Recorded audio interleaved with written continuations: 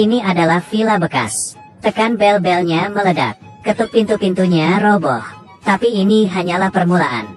Saat ini Walter sedang memegang palu untuk memperbaiki tangga. Siapa sangka sekali mengetok. Langit-langit pun runtuh. Di sini sekali mengetok. Di sana jatuh sepotong. Mengetok sekali. Jatuh sepotong. Mengetok lagi. Jatuh lagi. Saat itu Anna sudah tidak tahan. Walter yang sibuk mengobrol dengannya tidak sengaja mengetok tangannya, dan langsung memasukkan tangannya ke mulut. Meredakan sakitnya dengan mulut, Walter yang emosi segera berdiri. Krak, kakinya menginjak tangga yang rusak. Di sisi lain rambut Anna sudah penuh dengan debu putih. Berniat membuka keran dan mandi. Siapa sangka airnya tidak keluar. Yang keluar malah lumpur. Tidak berdaya dia mengambil baju tidur untuk dimasukkan ke lemari. Hasilnya, tidak ada yang tidak rusak. Kasur pun bermasalah. Anna mulai mengomel. Kamu bisa tahan, aku gak bisa tahan. Anna bersikeras ingin pulang ke rumah. Untung Walter adalah orang berpengalaman. Membujuk dan membohongi Anna baru bisa terima. Saat itu Anna tiba-tiba menemukan lemari dinding rahasia. Anna sangat penasaran, lalu menarik talinya. Siapa sangka yang keluar adalah seekor rakun.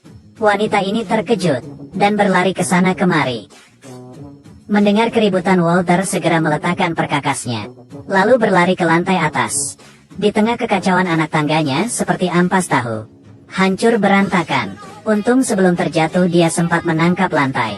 Mendengar teriakan Anna pun segera keluar membantu. Tapi tak disangka malah tidak membantu sama sekali. Dia mengangkat kaki, Walter pun terjatuh ke bawah. Akhirnya hari yang sial pun berakhir. Siapa sangka rupanya ada masalah baru. Rumah berubah menjadi dunia laut. Keesokan harinya Walter mempersiapkan sarapan. Siapa sangka kabel listrik yang sudah tua korslet terbakar dari kiri sampai kanan. Keramik di atas meja juga pecah dan berserakan. Alat blender ini juga bermasalah. Walter segera memadamkan api. Alat pembuat popcorn juga rusak. Lalu kabel listrik menyebabkan kebakaran sampai lemari. Untung teko listriknya sempat diselamatkan. Mengira semua telah berakhir. Siapa sangka kipas angin ini terbuka dan memadamkan api di kompor. Oven juga otomatis terbuka sendiri. Ayam panggang di dalamnya menjadi pesawat ciu gelombang-gelombang. Dari oven di rumah bagian barat terbang ke tong air di rumah bagian timur. Tubuh Walter penuh dengan asap. Anna melihatnya dan tertegun. Kamu ini pergi meledakkan penambangan batu bara ya? Tidak, aku diledakkan oleh dapur. Dia juga tidak lupa membantu Anna menuang air untuk mandi. Belum dituang masih tidak apa-apa, setelah dituang habislah. Walter sangat hancur.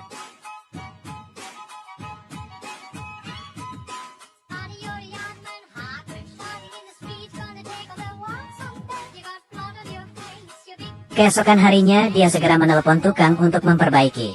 Dengan cepat bos perusahaan dekorasi datang. Akhirnya masuk ke rumah belum 1 menit. Bos pun langsung keluar.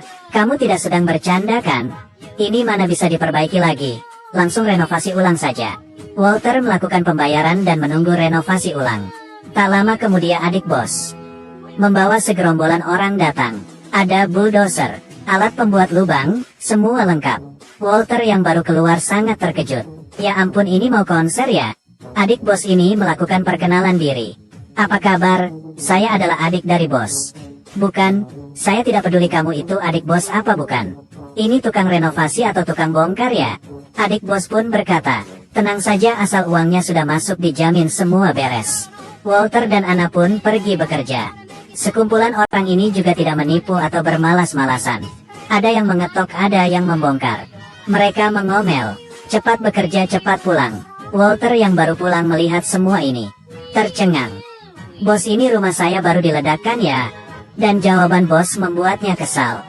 Saya memang kerjanya begini, kalau tidak puas cari yang lain. Jangan diam saja, cepat bayar. Seluruh rumah dibongkar dan lubang di mana-mana. Angin terus berhembus, mereka berdua kedinginan. Walter pun menghidupkan perapian. Hasilnya, Walter sungguh tidak bisa berbuat apa-apa lagi. Selang beberapa hari mereka mengganti perusahaan renovasi lain. Di saat Walter turun mengambil air, dia dipanggil oleh mandor. Saat itu seorang tukang sop tahu memindahkan papan.